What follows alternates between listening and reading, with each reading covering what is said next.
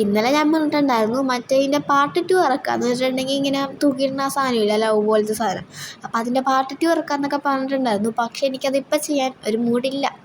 എന്തായാലും ഞാൻ നേരത്തെ പറഞ്ഞിട്ടുണ്ടായിരുന്നു ഞാൻ ചിലപ്പോഴേ അത് ചെയ്യത്തുള്ളൂ. അതിൻ്റെ ശബ്ദമൊക്കെ കുറച്ച് മാറിയിട്ടുണ്ടാകും. കാര്യം എനിക്ക് ചെറിയൊരു പനിയൊക്കെ ഉണ്ട്. അപ്പോൾ അതുകൊണ്ട് തന്നെ ശബ്ദമൊക്കെ മാറിയിട്ടുണ്ടാകും.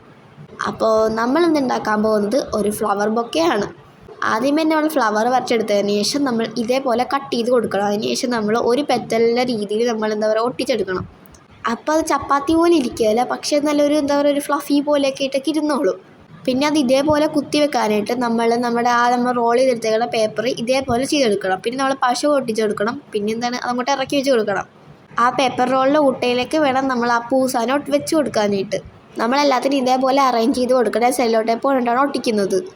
പിന്നെ എനിക്ക് ഒട്ടും അറിയാത്ത കാര്യമാണ് നമ്മുടെ പൂവിനെ കവർ ചെയ്തെടുക്കുക. ഞാൻ എങ്ങനെയൊക്കെ കഷ്ടപ്പെട്ട് കവർ ചെയ്തെടുത്തിട്ടുണ്ട്. അപ്പോൾ ഡു സബ്സ്ക്രൈബ്. ബൈ.